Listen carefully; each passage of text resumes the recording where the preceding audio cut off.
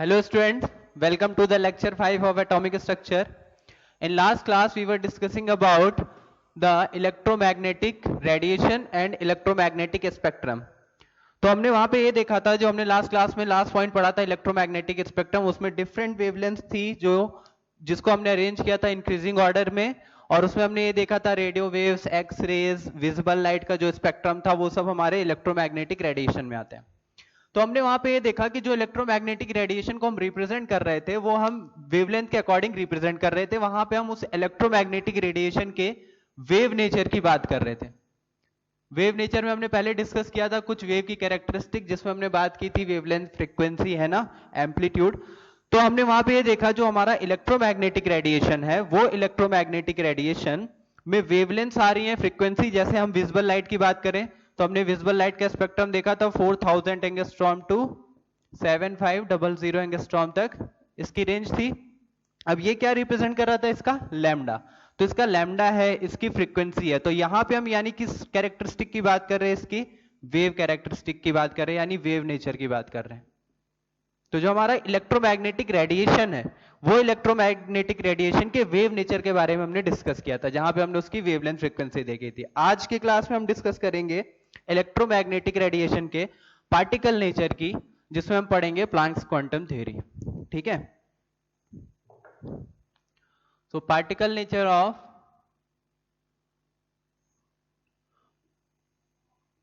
Electromagnetic radiation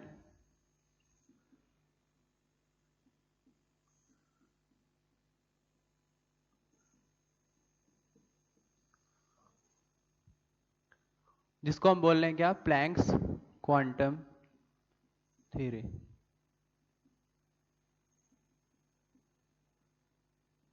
ठीक है, देखिए ये क्या है, particle nature of electromagnetic radiation. तो प्लैंक्स ने जो बताया, क्वांटम थ्योरी दिया, उन्होंने ये बोला कि हमारे पास अगर ये हम एक बॉडी ले लें, मान लो ये एक बॉडी है और यहाँ पे ये सनलाइट आ रही है। तो अभी तक हम ये सनलाइट को जो अभी तक हम क्या मान रहे थे, इलेक्ट्रोमैग्नेटिक रेडिएशन, और इस इलेक्ट्रोमैग्नेटिक रेडिएशन के वेव कैरेक्टरिस्टिक की हमने बात की थी कि एक वेव की तरह बिहेव कर रहा है। अब प्लैंक्स ने जो बोला, उन्होंने ये बोला ये जो लाइट आ रही है ये लाइट कंटिन्यूस फॉर्म में ना आके डिस्क्रीट फॉर्म में आ रही है, यानी कि डिसकंटिन्यूसली आएगी। और ये जो स्मॉल स्मॉल पॉइंट्स हम दिखा रहे हैं, इसको उन्होंने बोला ये एनर्जी के स्मॉल स्मॉल पैकेट्स हैं। These are small packets of energy. Energy के स्मॉल पैकेट्स हैं जो कि यहाँ पे इस एनर्जी को ट्रांसफर करेंगे, यहाँ से इस बॉडी के पास जा रही है। तो अगर ये वेव के फॉर्म में आ रहा है तो ये कंटिन्यूसली यहाँ पे एनर्जी आएगा, लेकिन ये पार्टिकल के फॉर्म में आ रहा है, एक छोटे छोटे स्मॉल पैकेट के फॉर्म में आ रहा है। तो ये स्मॉल पैकेट्स को उन्होंने नाम दिया क्या, क्वांटा। तो ये यहाँ पे इसके पार्टिकल नेचर की हम बात कर रहे हैं कि जो लाइट आ रही है, सनलाइट को ही हम रिप्रेजेंट कर रहे हैं। अगर हम यहाँ पे सनलाइट ही ले रहे हैं, ये सनलाइट है, बट ये स्मॉल स्मॉल पार्टिकल या स्मॉल स्मॉल पैकेट से मिलके बना हुआ है, जिसको हम क्या बोलते हैं, क्वांटा। और ये किसी भी इलेक्ट्रोमैग्नेटिक रेडिएशन के लिए, केवल सनलाइट या विजिबल लाइट के लिए नहीं, चाहे हम एक्स रेज की बात करें, रेडियो वेव्स की बात करें, कॉस्मिक रेज की बात करें, हर एक अगर किसी भी तरीके का इलेक्ट्रोमैग्नेटिक रेडिएशन है तो उसके रिस्पेक्ट में हम बात कर रहे हैं कि जो रेडिएशन चाहे वो कोई भी बॉडी इमिट कर रही हो या फिर एब्जॉर्ब कर रही हो, है ना। जैसे हम बात करें, अगर सिंपल आपने जैसे आयरन की रॉड को अगर हम हीट कर रहे हैं तो हीट करने पे उसका कलर चेंज होगा। तो आयरन की रॉड को अगर हम हीट करना स्टार्ट करेंगे तो उसका कलर चेंज होना स्टार्ट होगा, जो पहले रेड होगा, फिर बहुत ज्यादा अगर टेम्परेचर पे हीट कर दिया तो ब्लू तक भी पहुंच जाएगा। तो वहां पे जो आयरन की रॉड है, जो एनर्जी वो इमिट कर रही है, वो रेड कलर से ब्लू कलर तक जा रहा है, मतलब रेड कलर की वेवलेंथ से ब्लू कलर की वेवलेंथ तक का वेरिएशन है। तो वो वेरिएशन जो विजिबल लाइट के अंदर आता है, विजिबल रेंज में, वो हमको दिखाई देगा। तो वो जो रेडिएशन है, वो रेडिएशन वो बॉडी क्या कर रही है, इमिट कर रही है। फिर अगर सनलाइट आ रही है, हम एब्जॉर्ब कर रहे हैं, हमारे ऊपर आ रही है, विटामिन डी के फॉर्म में हम लेते हैं कि विटामिन डी के लिए सनलाइट क्या है, बहुत नेसेसरी है। तो सनलाइट जो हमारे पास आ रही है वो हम एब्जॉर्ब कर रही है, कोई भी बॉडी पे जा रही है वो कुछ पार्ट उसका अमाउंट जो एब्जॉर्ब कर रहा है। तो चाहे किसी भी तरीके का इमिशन हो या फिर एब्जॉर्प्शन हो, अगर कोई भी इलेक्ट्रोमैग्नेटिक रेडिएशन का इमिशन या एब्जॉर्प्शन हो रहा है तो वो छोटे छोटे एनर्जी के पैकेट्स के फॉर्म में होगा, कंटिन्यूअस फॉर्म में नहीं, डिस्क्रीट मैनर में एनर्जी का ट्रांसमिशन होगा, चाहे वो फिर इमिशन हो या फिर एब्जॉर्प्शन। ठीक है, यही इन्होंने प्लैंक्स ने अपनी क्वांटम थ्योरी में बताया। अब ये जो उन्होंने अपनी थ्योरी में बताया, इसके बेस पे हम कुछ कैरेक्टरिस्टिक्स जो हैं इलेक्ट्रोमैग्नेटिक रेडिएशन की, उसको एक्सप्लेन कर सकते हैं। साथ में कुछ ऐसी कैरेक्टरिस्टिक भी हैं जो कि वेव नेचर से डिस्क्राइब की जाती हैं, ठीक है। तो हम उसके बारे में यहाँ पे डिस्कस करते हैं। तो पहले मैं इसको रफ करता हूं, फिर आपको आगे बताता हूं। अब इसके बाद तो आपको समझ में आ रहा है मैं क्या बात कर रहे हैं। मैं फिर से बता रहा हूं कि लास्ट क्लास में हमने क्या डिस्कस किया था। हमने ये डिस्कस किया था, पहले हमने पढ़ा था वेव, एंड वेव में हमने देखा था कि वेव जो है, वेव की कुछ कैरेक्टरिस्टिक देखी थी। वेवलेंथ, वेवलेंथ क्या होगा, एम्पलीट्यूड क्या होगा, है ना, उन चीजों के बारे में हमने डिस्कस किया था। फिर हमने पढ़ा था क्या, इलेक्ट्रोमैग्नेटिक वेव्स या इलेक्ट्रोमैग्नेटिक रेडिएशन की इलेक्ट्रोमैग्नेटिक वेव्स कैसी होती हैं। तो हम इलेक्ट्रोमैग्नेटिक वेव की बात कर रहे थे, यानी यहाँ पे जो जैसे हमने उसमें एग्जांपल लिया था, आप इलेक्ट्रोमैग्नेटिक स्पेक्ट्रम याद है, कोई भी एग्जांपल ले लें, हम एक्स रेज ले लें जो इलेक्ट्रोमैग्नेटिक वेव है, गामा रेज ले लिया, या फिर कॉस्मिक रेज ले लिया, है ना। तो ये सारी तरीके की जो इलेक्ट्रोमैग्नेटिक वेव्स हैं, ये सारी इलेक्ट्रोमैग्नेटिक वेव्स की हमने इसकी वेवलेंथ देखी थी, याद है सबको। हमने स्पेक्ट्रम जो बनाया था उसका, उसमें हमने वेवलेंथ लिखी थी। तो ये एक्स है, इसकी वेवलेंथ, इसकी वेवलेंथ, इसकी वेवलेंथ हमने लिखी थी। तो वो वेवलेंथ किसकी आती है, किसी वेव के लिए आएगी। अगर हम बात कर रहे हैं वेवलेंथ की या फ्रीक्वेंसी की, तो किसी वेव के लिए डिफाइन होगा। इसका मतलब जो हम इलेक्ट्रोमैग्नेटिक रेडिएशन या इलेक्ट्रोमैग्नेटिक वेव बात कर रहे थे, हम उसके वेव नेचर की बात कर रहे थे, कि जो सनलाइट जो आती है, जैसे सनलाइट आ रही है हमारे ऊपर आके यहाँ पे स्ट्राइक कर रही है, जो आ रही है ऊपर से, तो ये सनलाइट वेव के फॉर्म में आ रही है।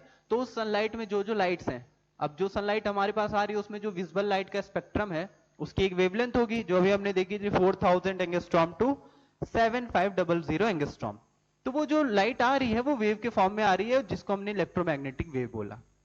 अभी तक हम उसके वेव नेचर की बात कर रहे थे। अब हम उसके पार्टिकल नेचर की, हम ये नहीं बात कर रहे वो वेव के फॉर्म में, हम ये बात कर रहे हैं कि वो जो लाइट आ रही है वो छोटे छोटे पार्टिकल से मिलकर बना हुआ है। तो यहां पे हम इलेक्ट्रोमैग्नेटिक रेडिएशन के दो डिफरेंट कैरेक्टरिस्टिक के बारे में बात कर रहे हैं।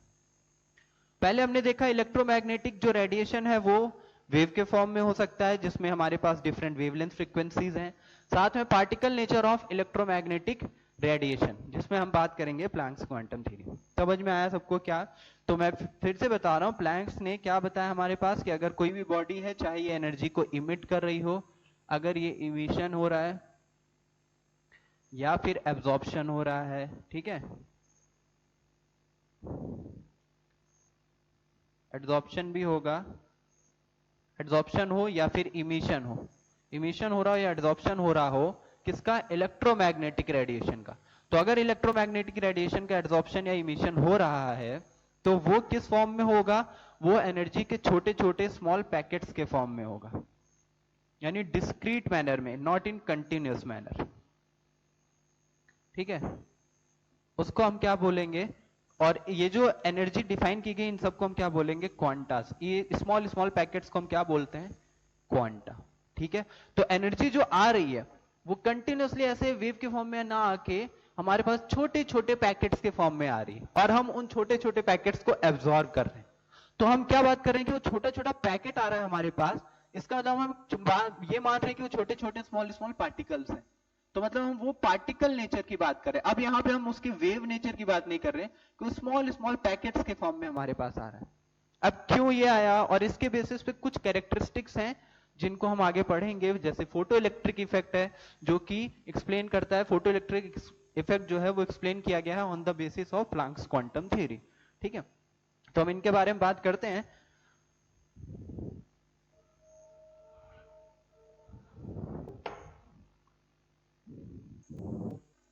So let's talk about what is Planck's quantum theory, ठीक है। यहाँ पे कुछ पॉइंट्स मैंने लिखे हैं, ये प्लैंक्स क्वांटम थ्योरी के पॉइंट्स हैं। First point, each radiation is always associated with a definite amount of energy which is termed as radiation energy। तो each radiation always associated with a definite amount of, कोई भी radiation हो वो हमेशा एक energy से associated होगा, जिसको हम क्या बोलेंगे, रेडिएंट एनर्जी। जैसे मैंने आपको एग्जांपल समझाया कि एक आयरन की रॉड है, इसको मैं हीट कर रहा हूं। आयरन की रॉड को जब मैं हीट करना स्टार्ट करूंगा तो व्हाट विल हैपन, वो पहले क्या होगा, रेड होना स्टार्ट होगा, फिर धीरे धीरे कलर चेंज होगा और ज्यादा रेड होगा, पहले हल्का रेड होगा, फिर बहुत ज्यादा रेड होगा, फिर और ज्यादा हीट कर दिया तो ब्लू पे चला जाएगा। तो वहां पे क्या हो रहा है, कलर चेंज हो रहा है मतलब वो रेड से ब्लू जा रहा है, तो वहां पे हम वो एक एनर्जी इमिट कर रहा है जो हम देख सकते हैं, जिसकी वजह से हमें कलर दिखाई दे रहा है। तो वही बोल रहा है जो एनर्जी वो इमिट कर रहा है वो एनर्जी कैसी है, रेडिएंट एनर्जी, एक रेडिएशन के फॉर्म में एनर्जी इमिट कर रहा है। तो रेडिएशन के फॉर्म में एनर्जी को इमिट कर रहा है, तो each radiation is always associated with a definite amount of energy. तो जो भी एनर्जी वो इमिट कर रहा है वो एनर्जी हमेशा एक डेफिनेट अमाउंट में है, और उसको हम क्या बोल रहे हैं, रेडिएंट एनर्जी। तो जब वो रेड कलर का हमें दिखाई दे रहा है तो उस टाइम पे वो जो एनर्जी इमिट कर रहा होगा वो एनर्जी अलग होगी। जब वो हमको ब्लू कलर का दिखाई दे रहा है तो जो एनर्जी वो इमिट कर रहा होगा वो क्या होगी, डिफरेंट होगी, है ना, करेक्ट। तो एनर्जी जो है वो रेडिएशन के अकॉर्डिंग चेंज होगी। एनर्जी क्यों चेंज होगी, क्योंकि आपको पता है कि रेड लाइट की जो है, जो हमें रेड दिखाई दे रहा है, रेड लाइट की जो वेवलेंथ है वो कैसी होगी, कम होगी। ब्लू लाइट की वेवलेंथ कैसी होगी, ज्यादा होगी। कल हमने डिस्कस किया था विबग्योर वाला पैटर्न, है ना। तो उसमें वॉयलेट आ रहा था, ब्लू आ रहा था, रेड यहां पे आ रहा था, तो रेड की वेवलेंथ कम थी, ब्लू की वेवलेंथ ज्यादा थी।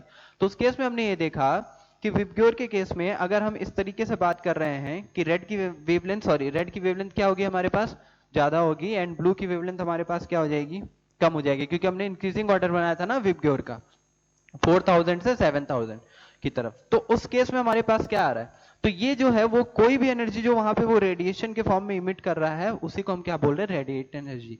Second point, radiant energy is emitted or absorbed discontinuously or in discrete manner in the form of small packets of energy which is called quanta। ठीक है, ये अभी मैंने आपको समझाया था कि एनर्जी, जो एनर्जी वहां पे इमिट हो रही है, जो एनर्जी, जैसे मैं ये बोलूं एक बॉडी है, यहां पे अगर कोई सनलाइट आ रही है तो ये कंटिन्यूसली ना आके कैसे आ रही है, एनर्जी के स्मॉल स्मॉल पैकेट्स के फॉर्म में आ रही है और यहाँ पे आके अब्सॉर्ब होगी। तो ये जो रेडिएशन है इलेक्ट्रोमैग्नेटिक रेडिएशन, ये यहाँ पे इस फॉर्म में आके अब्सॉर्ब होगा। तो लिखा हुआ है इज इमिटेड और अब्सॉर्ब, चाहे कोई बॉडी एनर्जी को अब्सॉर्ब कर रही हो या फिर उसको इमिट कर रही हो, चाहे एब्सॉर्प्शन हो रहा हो या इमिशन हो रहा हो, दोनों ही केसेस में वो किस फॉर्म में होगा, डिसकंटिन्यूअस और इन discrete manner in the form of small packet of energy which is called quanta. तो एक स्मॉल स्मॉल पैकेट्स को हम क्या बोलेंगे, क्वांटा। ये जो छोटे छोटे पैकेट्स हैं एनर्जी के जो हमारे पास आ रहे हैं, अगर हम एनर्जी को एब्सॉर्ब कर रहे हैं तो इनको हम क्या बोलते हैं, quanta. Each quanta is associated with a definite amount of energy. हर क्वांटा की जो एनर्जी है वो एक डेफिनेट अमाउंट में, फिक्स अमाउंट में एक एनर्जी होगी हर क्वांटा की अपने पास। In case of light quanta is termed as photon. और ये जब लाइट हमारे पास जो सनलाइट आ रही है, जो हम विजिबल लाइट है जिसको हम देख सकते हैं, उसके रिस्पेक्ट में इसी क्वांटा को क्या बोला जाता है, फोटोन। जो हम बोलते हैं कि फोटोन आ रहे हैं, फोटोन एब्जॉर्ब हो रहे हैं, तो हम लाइट को जो एब्जॉर्ब कर रहे हैं, तो वो अगर कोई दूसरा इलेक्ट्रोमैग्नेटिक रेडिएशन है तो उसको क्या बोला जाएगा, क्वांटा। जैसे एक्स रेज है, रेडियो वेव्स है, अल्ट्रावायलेट है, तो उसको क्या बोलेंगे, क्वांटा। लेकिन इन केस ऑफ लाइट इसी क्वांटा, इसी स्मॉल स्मॉल पैकेट्स को हम क्या बोलते हैं, photon. Then the amount of energy associated with each quanta is directly proportional to frequency. तो ये जो लाइट आ रही थी जिसका अभी हमने वेव नेचर की बात की थी, हमने उसका वेवलेंथ देखा था, फ्रीक्वेंसी देखा था, तो हर क्वांटा की जो एनर्जी है वो उसकी फ्रीक्वेंसी के डायरेक्टली प्रोपोर्शनल होगी। फ्रीक्वेंसी के डायरेक्टली प्रोपोर्शनल लिखा हुआ है, is directly proportional to nu, then E is equal to H nu. H जो आया है वो क्या है, एक कांस्टेंट है जिसको क्या बोलते हैं हम, प्लांक्स कांस्टेंट। इसको हम क्या बोलते हैं, प्लांक्स ने थ्योरी दी, उसके बेस पे हमने इसका नाम रखा Planck's constant. h is equal to 6.626 into 10 to the power -3, ये इसकी वैल्यू होती है 6.626 into 10 to the power -34, bracket में लिखा हुआ है जूल इंटू सेकेंड। ठीक है, ये इसकी यूनिट हो गई। उसके बाद h न्यू, इसी चीज को h न्यू को हम क्या लिख सकते हैं, is equal to H C by lambda, where C is the speed of light, c is equal to 3 into 10 to the power -8। ये वैल्यू कहां से आई, यानी म्यू की जगह हमने क्या रख दिया है, c बाई लैम्डा।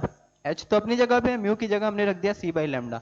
तो म्यू की जगह c बाई लैम्डा कहां से आया, ये कल हमने फॉर्मूला पढ़ा था स्पीड वाला। अगर आपको फॉर्मूला याद हो कि वेव के लिए स्पीड हमने पढ़ा था, तो वेव फ्रीक्वेंसी इंटू लैम्डा, या फिर फ्रीक्वेंसी हम निकालेंगे तो v बाई लैम्डा, वही कर रहे हैं। तो frequency is equal to speed by lambda हमने लिखा था, वेव वेलोसिटी जो वेव की थी। अब इस केस में किसी भी इलेक्ट्रोमैग्नेटिक रेडिएशन में v की वैल्यू क्या हो जाएगी, c के इक्वल हो जाएगी। c का मतलब 3 इंटू 10 टू द पावर 8, क्योंकि हमने कल पढ़ा था कि कोई भी इलेक्ट्रोमैग्नेटिक रेडिएशन हो उसकी जो स्पीड होगी वो हमेशा लाइट की स्पीड के इक्वल होगी, यही पढ़ा था हमने। तो इलेक्ट्रोमैग्नेटिक रेडिएशन के बारे में हम बात कर रहे हैं, तो उसकी जो स्पीड होगी वो हमेशा 3 × 10⁸ होगी। तो जो हमने कल फॉर्मूला पढ़ा था v is equal to mu into lambda, या lambda is equal to mu by frequency is equal to v by lambda, v की जगह हमारे पास स्पीड कितनी आ जाएगी c बाई लैम्डा। c क्या रिप्रेजेंट कर रहा है, स्पीड ऑफ लाइट। तो वही चीजें आपको लिखी है जो कल का हमने फॉर्मूला पढ़ा था, वही चीजें।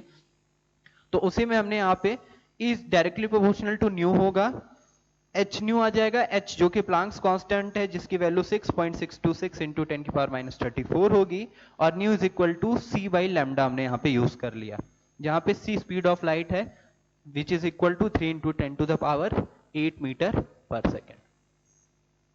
ठीक है, पॉइंट से नोट कर लीजिए।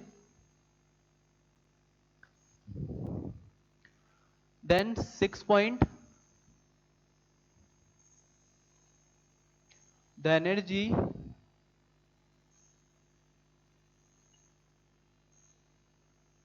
which is emitted or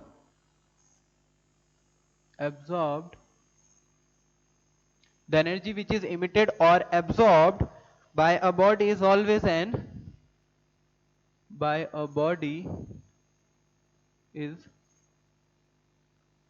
an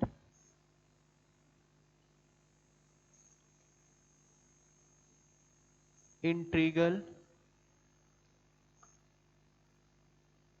multiple of the energy which is emitted or absorbed by a body is always an integral multiple of quanta। ठीक है, वो हमेशा क्वांटा का क्या होगा, इंटीग्रल मल्टीपल होगा। जैसे एनर्जी जो भी एब्जॉर्ब होगी तो E इज इक्वल टू हम क्या लिखेंगे, NH nu. Nu is the frequency जो हमने यहाँ पे लिखी है, डायरेक्टली प्रोपोर्शनल टू फ्रीक्वेंसी, तो E is directly proportional to nu. Frequency को रिप्रेजेंट कर रहा है, N है नंबर ऑफ क्वांटा या नंबर ऑफ फोटोन जो कि इमिट हो रहे हैं या एब्जॉर्ब हो रहे हैं। ठीक है, इंटीग्रल मल्टीपल होगी, यानी N की वैल्यू हमेशा क्या होगी, 1 2 3 4 5 डैश। तो इफ 1 क्वांटा इज इमिटेड और एब्जॉर्ब्ड, E कितना हो जाएगा, h न्यू, क्योंकि n की वैल्यू हम क्या रख देंगे यहाँ पे 1। उसी तरीके से इफ 2 क्वांटा इज इमिटेड और absorbed, E will be equal to 2h nu. तो हमेशा इंटीग्रल मल्टीपल में जाएगा, यानी कि ऐसा नहीं होगा कि हाफ क्वांटा एब्जॉर्ब हो रहा है। जब भी क्वांटा का एब्जॉर्प्शन या इमिशन होगा तो वो कैसा होगा, पूरे पैकेट के फॉर्म में होगा, 3h न्यू। इसी तरह हम आगे कर सकते हैं। तो 1 quanta is emitted absorbed, h nu, 2 होगा तो 2h न्यू 3h न्यू। यानी यहाँ पे ये बोला जा रहा है कि ये अगर मेरी एक बॉडी है, ठीक है, इस पे अगर ये लाइट आ रही है तो इस लाइट को जो एब्जॉर्ब किया जा रहा है, पहली बात तो ये लाइट किस फॉर्म में आ रही है, डिस्क्रीट फॉर्म में, जो कि यहाँ पे स्मॉल स्मॉल पैकेट्स के फॉर्म में यहाँ पे आ रही है। अब ये स्मॉल स्मॉल पैकेट्स के फॉर्म में यहाँ पे आई, तो इसको अगर ये बॉडी एब्जॉर्ब कर रही है तो ये कितना, या तो एक एब्जॉर्ब करेगी, या 2 क्वांटा, या 3 क्वांटा, या 4। ऐसा नहीं कि 3.5 क्वांटा की वहां पे एब्जॉर्प्शन हो रहा है। तो हमेशा इंटीग्रल मल्टीपल में, मतलब पूरा पूरा पैकेट एनर्जी का एब्जॉर्ब होगा।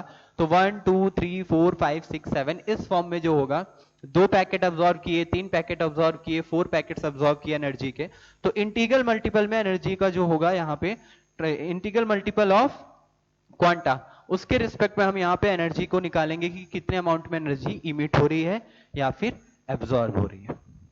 क्लियर?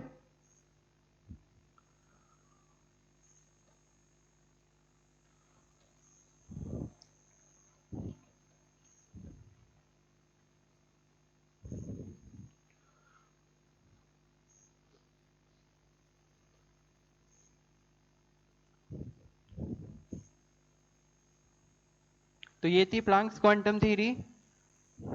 अब इसमें हम कुछ कैरेक्टरिस्टिक को आगे पढ़ेंगे कि जो हमारा इलेक्ट्रोमैग्नेटिक रेडिएशन है उसकी कुछ कैरेक्टरिस्टिक्स हैं जिनको उनका वेव नेचर डिस्क्राइब करता है, और अगर हम कुछ उसके पार्टिकल नेचर की बात करें तो उससे हम कुछ प्रॉपर्टीज को डिस्क्राइब करते हैं। ठीक है, उसके बारे में आगे पढ़ेंगे। तो अब ये जो हमने अभी प्लैंक्स क्वांटम थ्योरी पढ़ी है, जिसमें हमने ये पढ़ा है कि एनर्जी का जो ट्रांसमिशन हो रहा है, वो एनर्जी जो इमिट हो रही है या फिर एब्जॉर्ब हो रही है, अगर एनर्जी जो कि किसी भी फॉर्म में इलेक्ट्रोमैग्नेटिक रेडिएशन है और वो इमिट हो रहा है या एब्जॉर्ब हो रहा है तो वो हमेशा स्मॉल स्मॉल पैकेट्स के फॉर्म में होगा, जिसको हम क्या बोलेंगे, क्वांटा। और हर क्वांटा की एनर्जी जो होगी फिक्स होगी, और वो एनर्जी डिपेंड करेगी कि वो जो रेडिएशन है, जो एनर्जी है, उसकी फ्रीक्वेंसी क्या है। तो वो ईच क्वांटा की एनर्जी उसकी फ्रीक्वेंसी पे डिपेंड कर जाएगी, ठीक है। अब उसके बेसिस पे हम कुछ क्वेश्चन करते हैं। मैं यहाँ पे क्वेश्चन लिखता हूं। तो ये हमारे पास पहला क्वेश्चन है, calculate the energy of 1 mole of photon of radiation whose frequency is this. तो बोल रहा है कि हमारे पास 1 मोल ऑफ फोटोन है। आपने पढ़ रखा है कि 1 मोल ऑफ फोटोन और उसकी एनर्जी कितनी होगी, इस पूरे 1 मोल ऑफ फोटोन की एनर्जी कितनी होगी। फोटोन क्या है, फोटोन वो स्मॉल स्मॉल पैकेट्स हैं एनर्जी के, जिनको हम क्वांटा बोल रहे थे। फोटोन सब हर डिफरेंट इलेक्ट्रोमैग्नेटिक रेडिएशन में हर केस में उसको क्या बोला जाएगा, क्वांटा। और जब हमारे पास लाइट आ रही है तो लाइट के केस में ही उसको फोटोन बोलते हैं। तो 1 मोल ऑफ फोटोन है, मतलब 1 मोल ऑफ वो हमारे पास स्मॉल स्मॉल पैकेट्स हैं जिनके लिए हमें एनर्जी कैलकुलेट करनी है। और वो जो रेडिएशन हो रहा है उसकी फ्रीक्वेंसी आपको दे रखी है। तो 1 मोल ऑफ फोटोन में मैं लिख सकता हूं कितना, Na फोटोन होंगे 1 मोल फोटोन में, करेक्ट। ये तो आप पढ़ चुके हैं मोल कंसेप्ट में। 1 मोल की बात कर रहे हैं, मतलब Na होगा जो कि कितना हो जाएगा, 6 point into 10 to the power 23 photons, correct. यही होगा हमारे पास। अब उसके आगे क्या करेंगे, सो क्लियर है ये सबको। 1 मोल ऑफ फोटोन के लिए आपको टोटल एनर्जी पूछा था। 1 मोल ऑफ फोटोन में हमने नंबर ऑफ फोटॉन्स निकाले, फ्रीक्वेंसी पता है, energy of 1 mole of photon calculate करनी है। तो हमने E is equal to NH nu डाला, नंबर ऑफ फोटॉन्स डाला, H की वैल्यू डाली, न्यू डाली, और हमने यहाँ से टोटल एनर्जी कैलकुलेट कर ली कि इतने अमाउंट में एनर्जी होगी जो कि इतने नंबर ऑफ फोटॉन्स के थ्रू या तो एब्जॉर्ब हो रही होगी। क्वेश्चन में क्या बोला है, ये नहीं बात क्या है कि एब्जॉर्ब हो रही है या इमिट हो रही है, केवल पूछा है एनर्जी क्या होगी। तो वो एनर्जी चाहे एब्जॉर्ब हो रही हो या इमिट हो रही होगी, इस अमाउंट में होगी। क्लियर। चलिए आगे सेकंड क्वेश्चन करते हैं। सो ये हमारे पास सेकंड क्वेश्चन है, calculate the number of photons emitted in 10 hours bye a 60 what sodium lamp. ठीक है, सोडियम लैंप की बात कर रहा है। जैसे हम ट्यूबलाइट की बात करें, बल्ब की बात करें, आप जब मार्केट से उसमें खरीद के लाते हैं तो उसमें लिखा होता है 60 जो भी है, 10 वॉट का, 15 वॉट का, 7 वॉट का बल्ब है, 0 वॉट के भी कुछ आ रहे हैं। तो उसके रिस्पेक्ट में वो हमें क्या बताता है कि वो कितनी पावर का है। तो ये पावर के रिस्पेक्ट में वॉट लिखते हैं हम। तो पावर हमारे पास वैसे भी हम डिफाइन करते हैं क्या, एनर्जी पर टाइम, कि कितनी energy with respect to time जो है वो वहां पे इमिट हो रही है। तो 60 वॉट दे रखा है, तो 60 वॉट का मतलब हो जाएगा 60 जूल पर सेकेंड, यानी जो हमारा बल्ब है 10 hours bye 60 what sodium lamp. अभी मैं केवल इसको बता रहा हूं, 60 वॉट सोडियम लैंप मतलब एक सोडियम का लैंप है जो कि 60 वॉट एनर्जी इमिट कर रहा है। तो 60 वॉट का मतलब 60 जूल पर सेकेंड, यही हो जाएगा। यहां से पावर के रिस्पेक्ट में देखें तो वॉट हम लिखते हैं यूनिट, और इसकी फॉर्मूला एनर्जी बाय टाइम, तो एनर्जी की यूनिट रखेंगे जूल, टाइम के रिस्पेक्ट में सेकंड, यानी एक सेकंड में 60 जूल। यानी हमारा जो सोडियम लैंप है वो एक सेकंड में 1 second, sodium lamp emit 60 joule energy in 1 second. तो सोडियम लैंप जो है हमारा वो क्या कर रहा है, 60 जूल एनर्जी को इमिट कर रहा है इन 1 सेकेंड। जो हमारे पास एक क्वेश्चन में इंफॉर्मेशन दी गई है कि 60 वॉट मतलब 60 जूल पर सेकेंड, यानी sodium lamp emit 60 joule energy in 1 second. ये क्लियर है। 60 जूल पर सेकेंड का मतलब यही होगा कि एक सेकेंड में 60 जूल एनर्जी को वो इमिट कर रहा है। नाउ आगे क्या दे रखा है हमको, लैम्डा दे रखा है सोडियम लैंप का। ये जो एनर्जी इमिट कर रहा है ये, इसका लैम्डा हमें पता है। नंबर ऑफ फोटॉन्स कैलकुलेट करने इन 10 आवर्स, तो टाइम भी आपको दे रखा है 10 आवर्स, सेकंड में कन्वर्ट करना पड़ेगा। फिर मैं बता रहा हूं आपको सेम यूनिट में रखना पड़ेगा। हम जूल इंटू सेकंड के जूल पर सेकंड से लेके जा रहे हैं। तो अब 10 आवर्स को कन्वर्ट करेंगे तो 10 इंटू 16 टू 60, ये हो जाएगा इतने सेकंड। ये तो क्लियर ही होगा सबको। 1 आवर में 60 मिनट और 1 मिनट में 60 सेकंड, तो 10 आवर्स 10 इंटू 60 इंटू 60 सेकंड हो गए। अब क्वेश्चन को ध्यान से समझिए। Sodium lamp emit 60 joule energy in 1 second. एक सेकेंड में अगर वो 60 जूल एनर्जी इमिट कर रहा है तो इतने टाइम में कितनी एनर्जी इमिट करेगा? जैसे मैं बोलूं, एक मैंने बल्ब लिया, वो एक सेकेंड में 10 जूल एनर्जी को इमिट कर रहा है, तो 2 सेकेंड में कितनी एनर्जी को इमिट करेगा? 20 जूल। एक सेकेंड में 10 जूल, तो 2 सेकेंड में 20 जूल, क्योंकि हर सेकेंड वो 10 जूल इमिट करता जाएगा। उसी तरह बोला जाए, अगर वो 10 जूल एक सेकेंड में इमिट कर रहा है तो 5 सेकेंड में कितनी एनर्जी इमिट कर देगा? तो 50 जूल। वैसे ही एक सेकेंड में 60 जूल एनर्जी, तो 10 आवर्स में कितनी जूल एनर्जी वो इमिट करेगा? तो मैं यहां पे लिखता हूं 60 joule energy emitted in 1 second. ठीक है, एक सेकेंड में 60 जूल एनर्जी इमिट कर रहा है, तो इतने टाइम में कितनी एनर्जी इमिट करेगा? तो energy emitted by sodium lamp in 10 hours is equal to 10 into 60 into 60 into 60। समझ में आया? ये 60 जूल वाली एनर्जी और साथ में 10 into 60, इतना सेकेंड। तो एक सेकेंड में 60, तो इतने सेकेंड में कितना करेगा? 60 कर देंगे, यही ना? जैसे मैं बोलूं एक सेकेंड में 60 जूल, 2 सेकेंड में कितनी एब्सॉर्ब करेगा? 60 इंटू 2 जूल। अगर वो एक सेकेंड में 60 जूल एनर्जी को इमिट कर रहा है तो 2 सेकेंड में 60 इंटू 2, 3 सेकेंड में कितनी एनर्जी इमिट करेगा? 60 इंटू 3 जूल। उसी तरह इतने सेकेंड में 10 इंटू 60 इंटू 60 सेकेंड में कितनी एनर्जी वो इमिट करेगा? तो इसका मल्टीप्लाई जाएगा 60 इंटू 10 इंटू 60 इंटू 60, ये वैल्यू आ जाएगी हमारे पास, इतनी जूल। तो इतनी जूल हमारे पास energy emitted by sodium lamp 10 hours is this joule. तो पूरे 10 घंटे में वो इतनी एनर्जी को इमिट करेगा। ये हमारे पास एनर्जी आ गई। अब आगे सॉल्व करते हैं। हमें कैलकुलेट करना है नंबर ऑफ फोटॉन्स, तो E is equal to N H nu. क्योंकि हमें क्वेश्चन में इस बार लैम्डा दे रखा है, तो हम N H C by lambda, nu की जगह सी बाई लैम्डा रखेंगे, हमने पढ़ा था। Is equal to H nu बताया था ना, इज इक्वल टू अभी, और इसी चीज को हम लिखते हैं एच सी बाई लैम्डा, है ना? फ्रीक्वेंसी दी है तो ये रख देंगे, लैम्डा दिया है, वेवलेंथ दिया है तो ये रख देंगे। तो फ्रीक्वेंसी दिया रहेगा तो एच न्यू रख लिया, अगर वेवलेंथ दे रखा तो क्वेश्चन में इस बार हमको वेवलेंथ दे रखा है क्वेश्चन में, तो हम लैम्डा का यूज करेंगे यहाँ पे, वो लैम्डा में यहाँ पे पुट करेंगे और फिर वहां से आगे सॉल्व करेंगे। तो अब इधर रफ करता हूं इसको और यहाँ पे आगे सॉल्व करते हैं हम। तो E is equal to E total energy. Total energy हमारे पास 10 घंटे में जो सोडियम लैंप इमिट करेगा वो कितनी है? 10 इंटू 60 इंटू 60 इंटू 60, यही है, is equal to N calculate करना है, H 6.626 10 to the power minus 34, C की वैल्यू आपको बताया speed of light 3 into 10 to the power 8 divided by lambda, lambda है 5893 एंगस्ट्रॉम, मतलब 10 की पावर माइनस 10 मीटर। तो इसको मैंने मीटर में रखा। ये है सी की value 3 into 10 to the power 8 speed of light metre per second. ये एच की वैल्यू है जो कि हम जूल इंटू सेकेंड में रखते हैं, एन कैलकुलेट करना है, और ये आ गई टोटल एनर्जी जो कि सोडियम लैंप 10 घंटे में इमिट करेगा। क्योंकि वो एक सेकेंड में 60 जूल इमिट कर रहा था, तो 10 घंटे में कितनी इमिट करेगा वो हमने यहाँ पे कैलकुलेट किया। ये टोटल एनर्जी जूल में है, यहां से अब हम एन कैलकुलेट करेंगे। ठीक है, तो आगे आप सब लोग कैलकुलेशन पार्ट तो कर ही सकते हैं।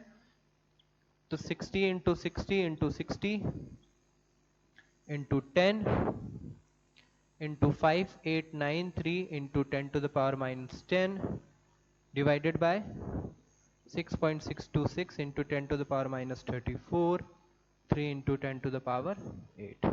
यहां से हमें n कैलकुलेट करके ये बताना है कि कितने नंबर ऑफ फोटॉन्स होंगे वहां, वो सोडियम लैंप कितने नंबर ऑफ फोटॉन्स इमिट कर रहा होगा। ठीक है, तो ये आगे कैलकुलेट करिए सब लोग, n की वैल्यू निकालिए क्या आता है। तो आगे आप सॉल्व कर लेंगे, यहाँ पे सॉल्व कर लिया है, ये हमारे पास n की वैल्यू आ गई। ठीक है, अब ये कैलकुलेशन वाला पार्ट है, ये आप खुद करिए। ठीक है, मैं आपको बस क्वेश्चन समझा दे रहा हूँ, जो क्वेश्चन का पार्ट है जहाँ पे हम प्लैंक्स क्वांटम थ्योरी अप्लाई करके नंबर ऑफ फोटॉन्स या फिर कितने अमाउंट में एनर्जी रिलीज होगी वो कैलकुलेट करना है। ठीक है, क्लियर है सबको? किसी को डाउट है तो यहाँ पे हमने n की वैल्यू कैलकुलेट कर रखी है। n की वैल्यू कुछ नहीं करना है आपको, ये सारी मल्टीप्लाई करना, आगे डिवाइड, ये 60 60 60 देखिए मल्टीप्लाई किया, ये आ गया 216 का मल्टीप्लाई, साथ में 10 10 10 10 4 10 है तो 10 की power 4, then 5893 into 10 to the power minus 10 divided by 6.626 into 3 10 की पावर माइनस 34 प्लस 8, ये आ गया। आगे आपको कैलकुलेशन की है, ये 5893, ये 3 10 की पावर 4 माइनस 10 जाएगा माइनस 6, ये आ जाएगा माइनस 26, फिर 3 से 216 को कैंसिल आउट किया है, 72 into 5893 divided by 6.626 into 10 to the power 20। और उसके बाद हमने यहाँ पे, अब ये सब वैल्यू आपको पता है ना, ये तो राउंड ऑफ करके निकालने, कैलकुलेट करने, ऐसा नहीं कि हम डिवाइड करते बैठ रहे हैं 6.626 से, है ना। तो इसके लिए हम क्या करेंगे, 6 पॉइंट राउंड ऑफ करना तो सबको आता है कि आपको दिया हुआ है 6.626, तो हम इसको क्या लिख सकते हैं 6.6 ओनली, इसको लेके आप कैलकुलेट कर लीजिए, है ना, ओनली 6.6 लेके, क्योंकि हमें पता है कि ये 6, अगर हमें पता है ये नंबर 5 से बड़ा होता है तो इस नंबर में 1 का एडिशन कर देते हैं। अगर ये 6 to 6 ना होके 6.676 होता तो हम इसको क्या लिख देते, 6.7, क्योंकि ये नंबर जो है ये 5 से बड़ा है तो इस नंबर में 1 का एडिशन कर देंगे 6.7। इस बार ये 5 से छोटा है तो इसको 6.6 ही ले रहे हैं। तो इस तरह का राउंड ऑफ जो किया जाता है वो राउंड ऑफ करके आपको कैलकुलेशन यहाँ पे करनी है। ठीक है, क्लियर? चलिए देन करते हैं थर्ड क्वेश्चन।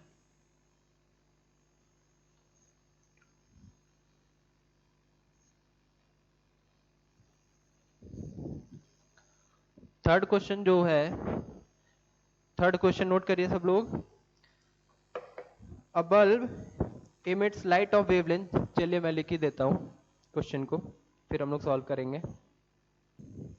तो ये हमारा नेक्स्ट क्वेश्चन है, question number third. Question number third को हम सॉल्व करेंगे। अ bulb emits light of wavelength 4500 angstrom, the bulb is rated as 150 watt and 8% of the energy is emitted as light. How many photons are emitted by the bulb per second? Video सब लोग pause करेंगे और फिर इसको खुद से solve करेंगे। ठीक है, पहले खुद से सॉल्व करिए, क्वेश्चन पढ़िए, उसको समझिए, उसको सॉल्व करिए, देन उसके बाद हम इस पे आगे डिस्कशन करते हैं। ठीक है, तो वीडियो पॉज करके सब लोग सॉल्व करेंगे। उसके बाद क्या बोल रहा है क्वेश्चन में, एक बल्ब है हमारे पास, ठीक है, वो बल्ब क्या कर रहा है, एनर्जी इमिट कर रहा है। बल्ब का काम ही एनर्जी इमिट करना, ये एनर्जी इमिट कर रहा है। अब bulb emit lights off wavelength, जो वेवलेंथ ये यहाँ पे इमिट कर रहा है उसकी लैम्डा कितना है 4500 एंगस्ट्रॉम, और उसके रिस्पेक्ट में हमें क्या कैलकुलेट करना है, बोला है bulb is rated as 150 watt, bulb is rated as 150 watt. ठीक है, तो P is equal to 150 watt and 8% of the energy is emitted as light, how many photons are emitted by the bulb. अभी मैंने बताया था 150 what मतलब ये क्या हो जाएगा, हम बोल सकते हैं कि 150 जूल पर सेकेंड, यानी एक सेकेंड में, वॉट की रिस्पेक्ट बताया था एनर्जी, जो हम पावर कैलकुलेट कर रहे हैं एनर्जी बाय टाइम आ जाएगा तो वॉट जूल पर सेकेंड, यानी जो बल्ब है हमारा वो एक सेकेंड में 150 जूल एनर्जी इमिट कर रहा है। तो 150 joule energy emitted by bulb in 1 second,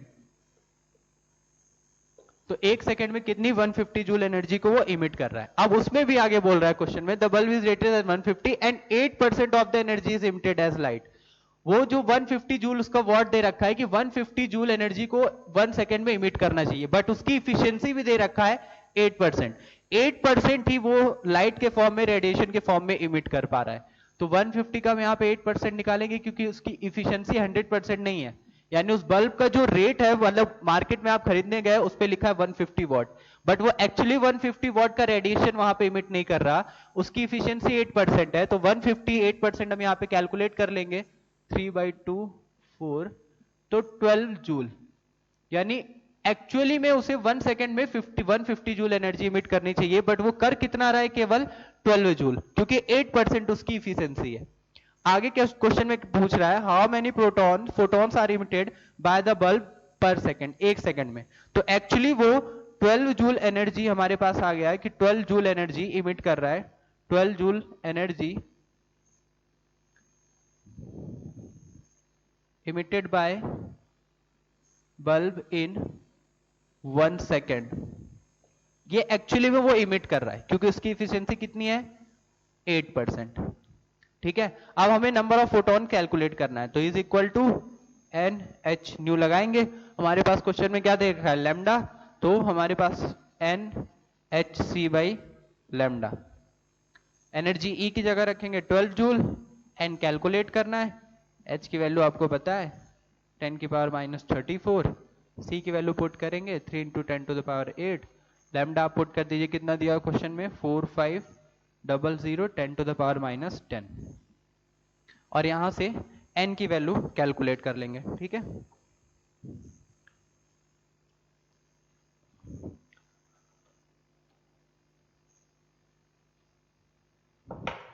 तो आगे एन कैलकुलेट करते हैं, तो एन हमारे पास आ जाएगा 12 into 4500 into 10 to the power minus 10 divided by 6.626 10 to the power minus 34 3 into 10 to the power 8।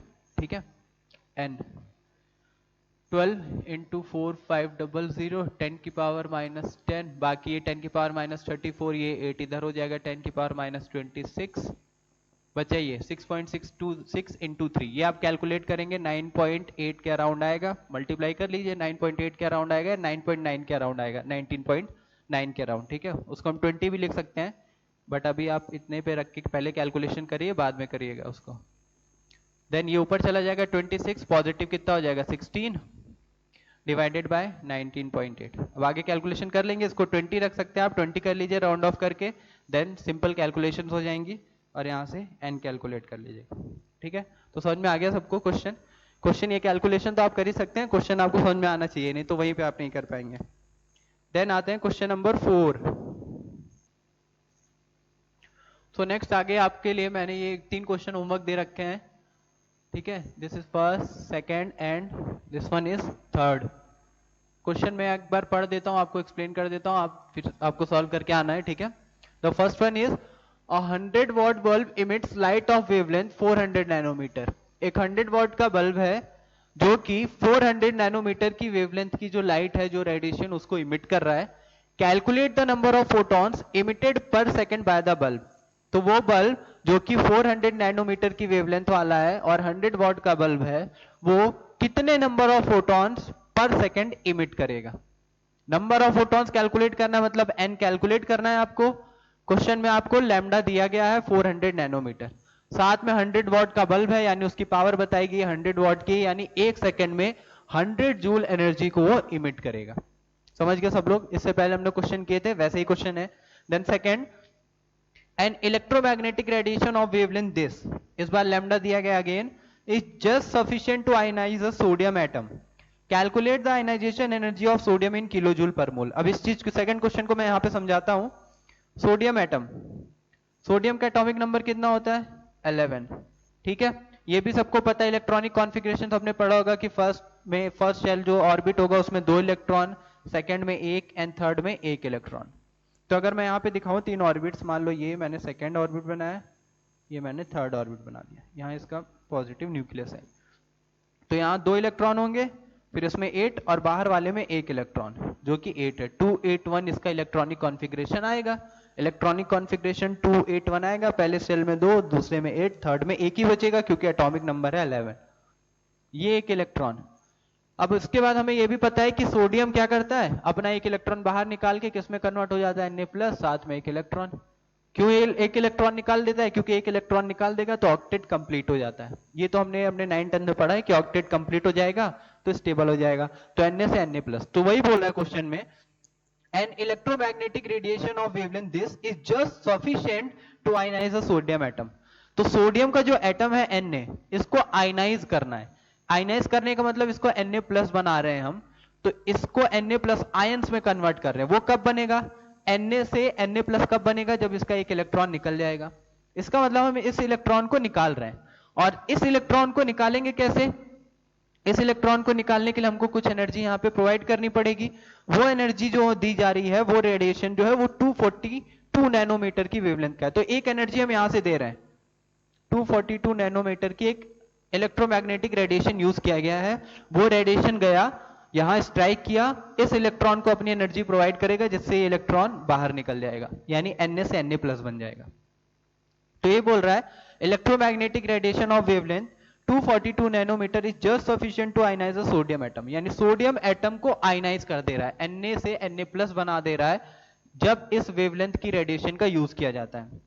तो calculate the ionisation energy of sodium in kilo joule per mole, kilo joule per मोल के respect में बतानी है, यही ionization है। Ionization energy का मतलब इस ये जो एटम है, इस एटम को एक आइसोलेटेड एटम से इलेक्ट्रॉन निकाल के इसको ये जो आयन में हम कन्वर्ट कर रहे हैं, यही हो जाएगी आयनाइजेशन एनर्जी। ठीक है, तो कितनी एनर्जी लगेगी? तो एक एटम के लिए एनर्जी मैं कैलकुलेट करूंगा कितनी, hc/λ। E H की वैल्यू पता है, मैं यहां पे रखूंगा 6.626 into 10 to power minus 34, C की value 3 into 10 to the power 8 divided by lambda. Lambda कितना दिया गया? 242 नैनोमीटर, यानी 242 into 10 to the power minus 9।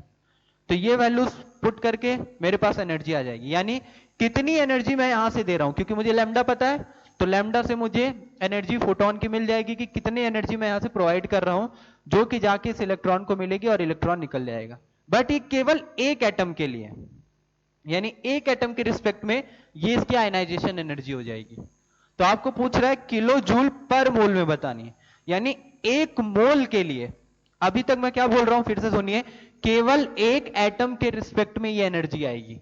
आपको बताना है पर मोल के लिए कितनी एनर्जी लगेगी, वो भी किलो जूल में। तो अगर एक एटम के लिए इतनी एनर्जी है, तो एक मोल के लिए कितनी एनर्जी लगेगी? एक मोल के लिए Na का मल्टीप्लाई कर देंगे और फिर वहां से सब लोग कैलकुलेट करेंगे। ठीक है, समझ में आ गया सबको? ठीक है, तो सोडियम का एटम है, ये सोडियम का एटम है, इसके आउटर मोस्ट शेल में जो एक इलेक्ट्रॉन है, इसको निकालने के लिए कुछ एनर्जी लग रही है, उसका लैम्डा दिया है। तो वो लैम्डा से मैं E कैलकुलेट कर लिया कि इतनी एनर्जी लग रही है। तो इस इलेक्ट्रॉन को निकालने के लिए जो एनर्जी लग रही है, वही आयनाइजेशन एनर्जी है इस एटम के रिस्पेक्ट में, बट ये केवल एक एटम की। तो एक एटम के लिए इतनी एनर्जी लग रही है, तो पर मोल के लिए कितनी एनर्जी लगेगी वो हमें यहां पे कैलकुलेट करना है। Clear? Then third one is what? Calculate the ratio of two radiation, one with the wavelength of 300 nanometre, one with the wavelength of 300 nanometre, other with 600 nanometre. ये तो सिंपल है, आपको टू रेडिएशंस की, दो radiation है उसमें ratio निकालना है। Calculate the ratio of two radiation, one with this, sorry इसमें कंप्लीट नहीं है। Calculate the ratio of two calculate the ratio of energy, यहां पे मैं लिख देता हूं, calculate the ratio of energy of two radiation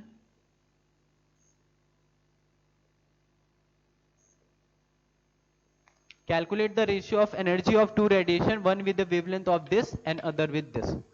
तो आपको इसको सॉल्व करने के लिए हम क्या करेंगे, आपको लैम्डा 1 दिया गया है 300 नैनोमीटर, दो रेडिएशन है, लैम्डा 2 आपको दिया गया है 600 nanometre, and E1 by E2 का आपको रेशियो कैलकुलेट करना है। ठीक है, सिंपल है, करके आ जाइएगा। तो ये 3 क्वेश्चन आपके लिए होमवर्क है, सब लोग यहाँ पे करके मुझे सबमिट कर देंगे। ठीक है, आज की जो क्लास थी उसमें, सॉरी कल की जो क्लास थी उसमें काफी लोगों ने होमवर्क सबमिट किया है, बट अभी भी सबका होमवर्क नहीं आया है, तो इसको सबमिट कर दीजिएगा। देन मिलते हैं नेक्स्ट क्लास में। Okay, thank you, bye.